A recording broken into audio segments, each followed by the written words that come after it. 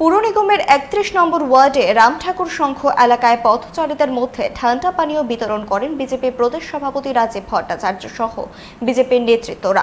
Corporator সহ এলাকার যুবকরা মিলে এই আয়োজন করেন।